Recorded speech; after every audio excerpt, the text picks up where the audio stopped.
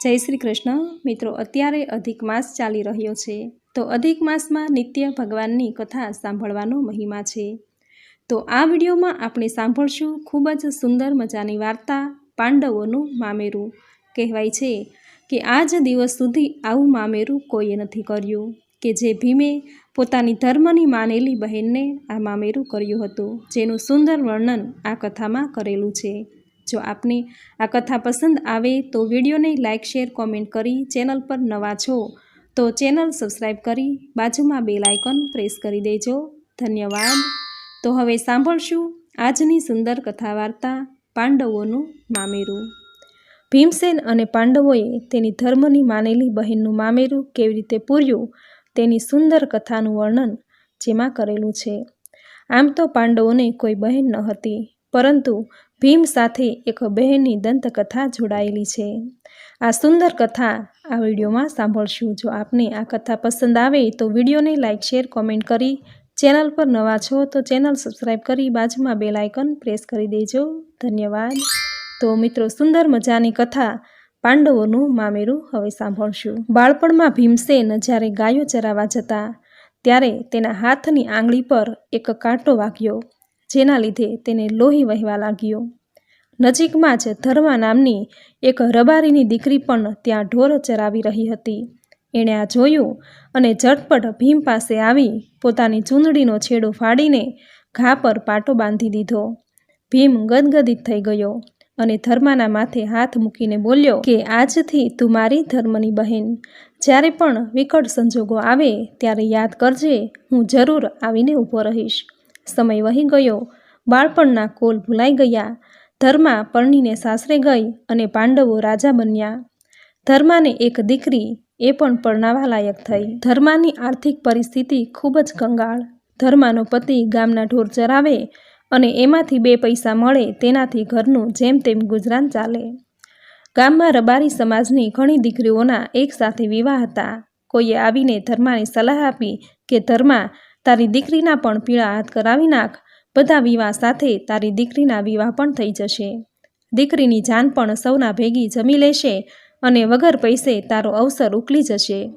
ધર્માને સલાહ સાચી લાગી અને દીકરીના લગ્ન લખાઈ ગયા। એ સમયે મામેરાનો પણ બહુ મોટો મહિમા હતો। બ્રાહ્મણ મામેરાની કંકોત્રી લઈને જાય એવો રિવાજ। જેટલી દીકરીઓના લગ્ન હતા એના મામેરાની કંકોત્રીઓ લઈને ભૂદેવો ગયા તેના મોસાળે। એક ગરીબ ધર્મા જ બાકી રહી। બ્રાહ્મણે ધર્માને પૂછ્યું કે ધર્મા, તારે તારા ભાઈને મામેરાની કંકોત્રી નથી મોકલવી? ત્યારે ધર્માએ નકારમાં માથું હલાવ્યું અને કહ્યું કે મારે કોઈ ભાઈ નથી, અને રડવા લાગી। ત્યારે બ્રાહ્મણે કહ્યું કે જો તારે કોઈ ધર્મનો ભાઈ હોય તો તે કહે તો હું તેને કંકોત્રી મોકલાવું। કારણ કે બ્રાહ્મણને તો કંકોત્રીના બદલામાં દક્ષિણા લેવાની લાલચ હતી અને ધર્માને અચાનક બાળપણમાં ભીમે આપેલો કોલ યાદ આવ્યો। આંસુ લૂછીને મહારાજને કહ્યું કે મેં ભીમને ધર્મનો ભાઈ માનેલો છે, પરંતુ અત્યારે એ તો હસ્તિનાપુરના રાજા છે, એને થોડું યાદ હશે। ગરીબ બ્રાહ્મણની આંખો ચમકી। મામેરું લઈને આવે કે ન આવે, પરંતુ મને દક્ષિણા જરૂર મળી રહેશે, એવા વિચારે ધર્માની મામેરાની કંકોત્રી લઈને મહારાજ તો ઉપડી ગયા હસ્તિનાપુરના પંથે। ભીમને હાથોહાથ કંકોત્રી આપી અને અઢળક દક્ષિણા સાથે ભૂદેવ પરત થયા। ભીમસેને બાળપણનો કોલ સાંભળી આવ્યો, ખુશ થઈ ગયા। માતા કુંતી પાસે આવીને બધી હકીકત કહી અને કહ્યું કે મામેરું લઈને તો જરૂર જવાનું જ છે। કુંતા માતાએ પણ હા કહી અને બસ પછી તો પૂછવું જ શું। ભીમસેન ઉપડ્યા સોની બજારમાં। જેટલા સોના ચાંદીના દાગીના હતા એનો મોટો પોટલો બાંધીને આવ્યા રાજમહેલમાં। પાછળ વેપારીઓની વણઝાર સીધી મહારાજા યુધિષ્ઠિર પાસે ફરિયાદ માટે આવી। સૌની એક જ ફરિયાદ કે ભીમસેન બધા જ દાગીના લઈને આવી ગયા છે। યુધિષ્ઠિરે હકીકત જાણી અને હસતા હસતા સૌને સાંત્વન આપી કે ભાવ મોકલીને સૌ નાણાં લઈ જજો। મામેરાના હરખમાં અને બહેનના પ્રેમમાં આ બધું થયું। પછી તો કાપડ બજાર અને વાસણ બજારમાં પણ એ જ પરાક્રમ ભીમસેને કર્યું। બસ મહારાજ યુધિષ્ઠિર સૌને નાણાં ચૂકવતા જાય અને મરક મરક હસતા જાય। આનંદનો અજબ માહોલ રચાયો। માલ સામાન, દાગીના, કાપડના ગાડે ગાડા ભરાયા, રથ જોડાયા અને મોંઘું મામેરું ચાલ્યું ધર્માને ગામ। શ્રી કૃષ્ણ, માતા કુંતી, સહદેવ અને નકુળ સાથે ગયા। કુંતા માતાને ભીમની હસ્તિનાપુરની હરકત યાદ આવી. પારકા ગામમાં જઈને આવું કરશે તો એમ વિચાર આવ્યો. બપોરનો સમય થયો. રસ્તાની બાજુમાં મોટો વડલો નીચે વિશ્રામ કરવા બેઠા. વિશ્રામ લઈને રથ જેવો જોડાયો કે તરત જ કુંતા માતાએ ભીમને કહ્યું કે બેટા, આ વડલાનો છાંયડો ઓળગીને જો તું જા, આગળ વધે તો તને મારા સોગંદ છે. ભીમ કહે કે કેમ, શું થયું માતાજી? કુંતા માતાએ હસ્તિનાપુરની હકીકત કહી કે તું પારકા ગામમાં હસ્તિનાપુર જેવી હરકતો કરે તો આબરૂ જાય. તું તો અહીં જ રહે.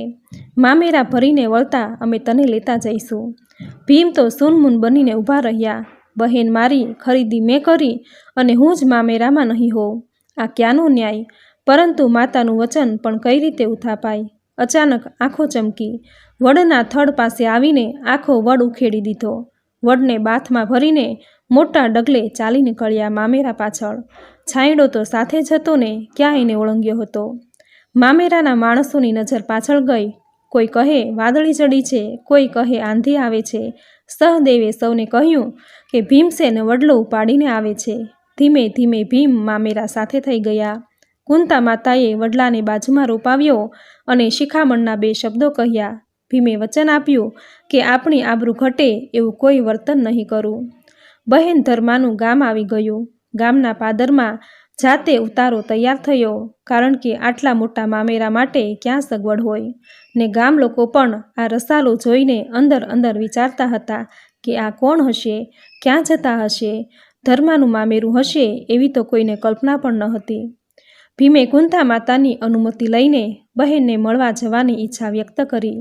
રજા આપતા જ ભીમસેન તો ઉપડ્યા બહેનના ઘેરે. મહા મુસીબતે ગરીબ બહેનનું ઝૂંપડું શોધી કાઢ્યું. અને ક્યાંથી ઓળખે બહેન? ભીમ કહે કે બહેન, હું તારો ભાઈ ભીમસેન. બસ પછી તો પૂરું થયું. હસ્તિનાપુર નરેશ એક રાખ બહેનના આંગણે. સંબંધોને ક્યાં સીમાડા હોય છે? ધન્ય ઘડી ધન્ય ભાગ્ય છે ધર્માના. અનિમેષ નયને જોઈ રહ્યા ભાઈ બહેન એકાબીજાને. આ મિલનને કયા શબ્દોના શણગાર કરું? બહેન, આ તારું ખોરડું, આ તારા હાલ? વિચારોને ખંખેરીને થોડું હસ્યા ભીમસેન. હા બહેન, હું એ તો ભૂલી જ ગયો કે જમવાની શું વ્યવસ્થા છે. સંકોચાતા વદને બહેન એટલું જ બોલી શકી કે ભાઈ, બધી જાનો સાથે આપણે જમવાનું છે. 40 જાનો એક સાથે જમશે. ભીમસેન કહે કંઈ વાંધો નહીં બહેન, પરંતુ જમણવારનો બંદોબસ્ત હું જોઈને આવું છું. મનમાં કંઈક ગાંઠ વાળીને ભીમસેન તો ઉપડ્યા રસોડે. બંદોબસ્તમાં ઊભેલા માણસોને પૂછ્યું કે રસોઈ કેવી બનાવી છે. રસોઈયા કહે કે ભાઈ આંધળા છો કે શું? આ સામેના 5 ઓરડા રસોઈથી ભરેલા છે. લ્યો આ ચાવી અને જોઈ લ્યો, અને પેટ ભરીને ખાવી હોય તો પણ ખાઈ લેજો. અનુમતિ મળી ગઈ અને વૃકોદરને પછી તો પૂછવું જ શું. ઓરડા ખોલતા ગયા અને ભીમસેન ઓયા કરતા ગયા. પરત આવીને ચાવી આપતા એટલું જ બોલ્યા કે રસોઈ સારી હતી. જાનો આવી ગઈ, ઉતારા અપાઈ ગયા. જમણવાર માટે યુવાનો રસોડે કેળ બાંધીને તૈયાર થઈ ગયા. રસોઈના ઓરડા ખોલાયા. હાહાકાર મચી ગયો રસોડે કે આ રસોઈ ક્યાં ગઈ? શું બન્યું? હવે આવડો મોટો બંદોબસ્ત કઈ રીતે કરશું? તરત કઈ રીતે થાય? વડીલો ભેગા થયા. આ તો આખા ગામના નાકનો સવાલ. ઉતારે આવીને ભીમસેન સીધા શ્રી કૃષ્ણને મળ્યા. કમરમાં ગોદો મારીને પરાક્રમ વર્ણવ્યું. હે ગિરધર, હવે ઉઠો અને ચાલો ધર્માને ઘેર. રસોઈનો પ્રબંધ તમે જ કરી શકો એમ છો. વાર ન લગાડો, નહીંતર હાહાકાર મચી જશે. બહેનની દુર્દશા જોઈને શ્રી કૃષ્ણ પણ વિહવળ થઈ ગયા. ભીમસેન લાકડાથી સોટીથી નકશો દોરતા ગયા અને શ્રી કૃષ્ણ મકાનનો આકાર આપતા ગયા. આ તો મારા નાથની લીલા, કોણ એનો પાર પામે? આવાસ તૈયાર થઈ ગયું. હવે આવ્યો રસોઈનો વારો. શ્રી કૃષ્ણ હાથ ફેરવતા ગયા અને રસોઈના વાસણો તૈયાર થતા ગયા. વાસણો પર હાથ ફેરવ્યો અને રસોઈ તૈયાર. આખું ગામ જમે એટલી, અને એ પણ ભગવાન શ્રી કૃષ્ણ જગતના નાથે બનાવેલી. ધર્મા તો ચકળ વકળ આંખે આ બધું જોતી રહી. બોલે તો પણ શું બોલે? બહેન ધર્મા, ચાલ આખા ગામમાં ઘેર ઘેર ફરીને ભોજનનું આમંત્રણ આપવાનું છે. બધા જાન નિવાસે પણ ચાલ, હું સાથે આવું છું. આમંત્રણ અપાઈ ગયું. વાહ રે ગિરધારી, આખા ગામમાં કૌતુક ફેલાયું છે. જે ઘરને પારકા ઘરમાં જમવાનું હતું એ ઘરના આંગણે આખું ગામ હેલે ચડ્યું છે. ઘડીભરમાં વાત ફેલાઈ ગઈ કે ધર્માનું મામેરું હસ્તિનાપુરથી ભીમસેન, સહદેવ, નકુળ, કુંતા માતા અને ભગવાન શ્રી કૃષ્ણ લઈને પધાર્યા છે. પછી તો શું ખામી હોય? હોંશે હોંશે આખું ગામ જમ્યું. જાનો જમી, મામેરા જમ્યા અને આમંત્રિત મહેમાનો જમ્યા. સૌના મામેરા ભરાયા. છેલ્લે વારો ધર્માનો હતો. હેકડે ઠઠ જનમેદની વચ્ચે ભીમસેને ઊભા થઈને બાથો ભરી ભરીને મામેરું આપ્યું. આખું ગામ વ્યવહારથી ઢાંક્યું એમ કહીએ તોય ખોટું નથી. સગા સંબંધી કેમ બાકાત રહે? ધર્મા યાદ કરતી ગઈ અને ભીમસેન પેરામણી કરતા ગયા. એક રાખ બહેનના ચહેરા પર આજે જગત આખાનો આનંદ છવાયો છે. ધન્ય ઘડી, ધન્ય ભાગ છે ધર્માના. આજ સુધી પાંડવોના મામેરા જેવું કોઈ મામેરું ભરાયું નથી. જેણે ચૂંદડીના લેરાથી ભાઈને પાટો બાંધ્યો હતો એ ભાઈએ એની ધર્મની બહેનને આખા જગતનું સુખ આપી દીધું. તો મિત્રો, આ હતું પાંડવોનું મામેરું. આ સુંદર કથાનું વર્ણન મહાભારતની કથામાં કરેલું છે, જે અંત સુધી સાંભળવા માટે ધન્યવાદ. તો મિત્રો, આપણે સાંભળી સુંદર કથા વાર્તા પાંડવોનું મામેરું. આ કથા અધિક માસમાં સાંભળવાનો મહિમા છે, જે સાંભળવાથી સુખ સમૃદ્ધિ આવે છે, ઘરમાં બરકત આવે છે, માતા લક્ષ્મી પ્રસન્ન થાય છે, મનની મનોકામના પૂર્ણ થાય છે. આવી અતિ પવિત્ર, પાવનકારી, પુણ્યશાળી કથા તમે પૂરી શ્રદ્ધાથી અંત સુધી સાંભળી, જે સાંભળવી તમને જરૂર ગમી હશે. તો વિડીયોને લાઇક કરી કોમેન્ટમાં જય શ્રી હરિવિષ્ણુ, જય પુરુષોત્તમ ભગવાન જરૂર લખજો.